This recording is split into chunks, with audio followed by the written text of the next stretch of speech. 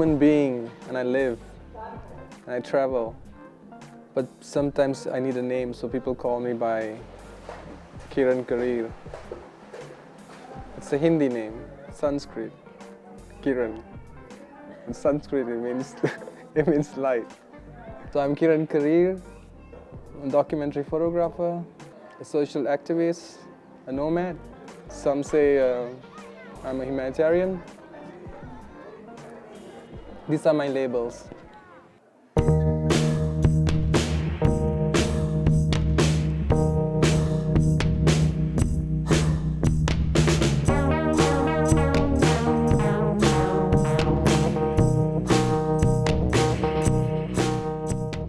I photograph people I meet, and then basically go into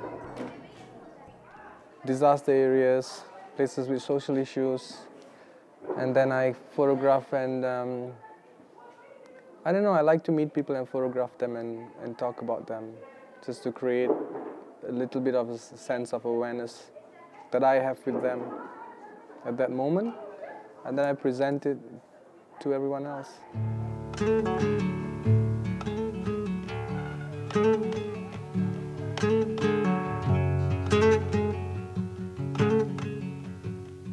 These are houses.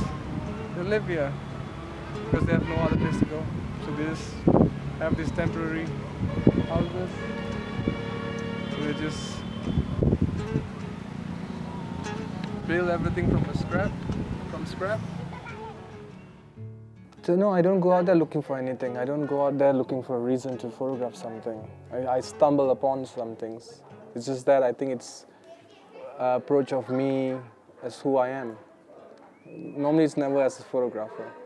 But if I think too much as a photographer, it doesn't work.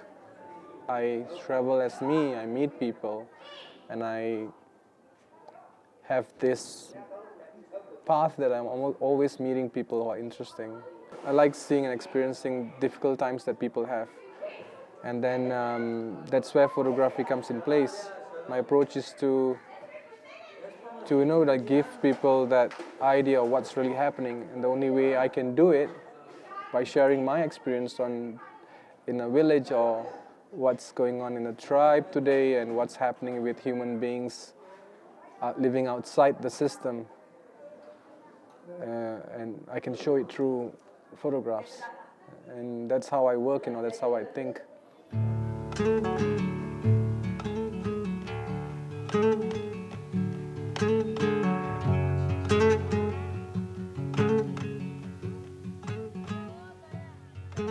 You have to just be there, be present, let all your axes connect, your eyes, your mind, your soul, and you're there. And then when the moment happens, you will definitely see it, and that's the moment you capture it. But of course it comes with technicalities and all that. That's just automatic in you. You don't have to teach that anymore because you're used to it. I think I use the camera because you can still time. You can stop time at that moment to create that sense of them being who they are at that moment.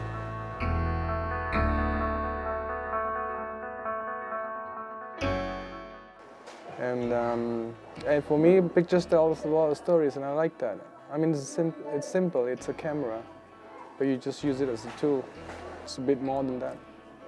It's human relationships.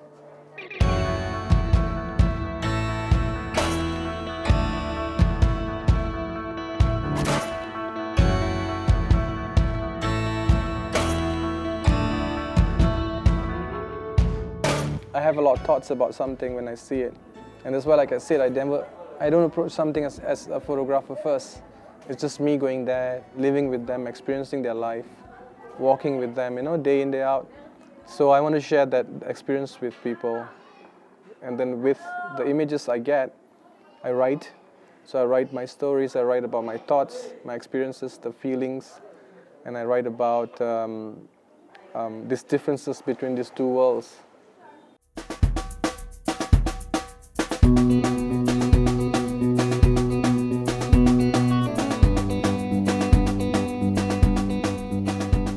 I always had the thought that I want to have I mean, of course I'm traveling, I want to have my own adventures too. So one of it was always of me traveling on a motorbike and across a country. But I just don't want to do it for no reason, you know. I always find that I need to have a purpose for it, and it means something to me. So yeah, I might be planning a project like around traveling around a few Asia continents, like maybe from India to Nepal, Nepal to another country, and then one whole trip, but at the same time raising awareness for a cause that I like, or you know, for something like that. So I want to put this project together about me on a bike, meeting people, going through villages, going through some areas, and then of course photographing my journey. I mean, imagine me riding with this Royal Enfield into villages where they have never seen a motorbike itself, or something like that kind of motorbike, and then a stranger like me with the camera and everything. So that will be an interesting combination to see how they react. And for them, it would be really pleasant to have a visitor like that coming. And then I'm coming there for a purpose.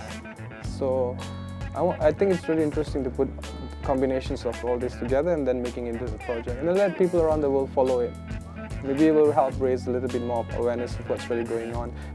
Technically speaking, with a motorbike, you can get into more places compared to a bus or a train or a plane. With a motorbike, I can go anywhere. It's freedom. Freedom of going anywhere. As long as there's a road, even a dirt road, anything, I will go, you know? So there's a lot of places I can actually discover with a motorbike.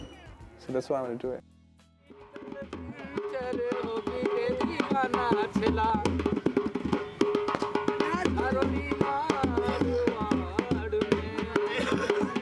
I do feel free.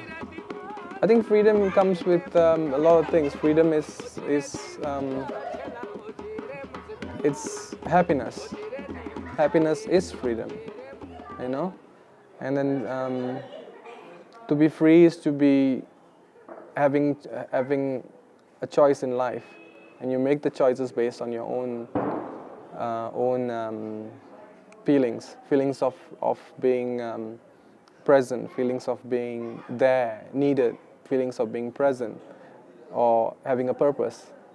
And I think that's freedom, that I can choose to do what I want to do, when to do it. I can even choose not to do something if I don't want to do it. I can choose to be where I want to be, and being somewhere not for the reason because I need to be there or I have to be there, but more of a reason of I want to be there. And that's the whole thing about traveling and working and living. Like now I can say that I'm traveling. I'm living while I'm moving from one space to another space. And it's different. It's not backpacking anymore. It's not sightseeing and stuff like that. I don't do stuff like that. I move from spaces, so that's my freedom, because I have a choice to move from one space to the other space on my own will. And I mean, there's always ups and downs to it, but I think that freedom basically means that I can be somewhere because I want to be there. 1, 2, 3.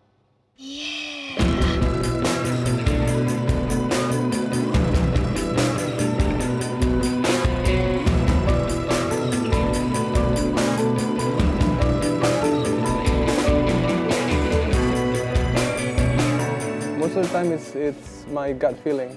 Maybe the freedom is a selfish way of thinking, that I just do whatever I like to do based on how happy something makes me. Yeah, why not?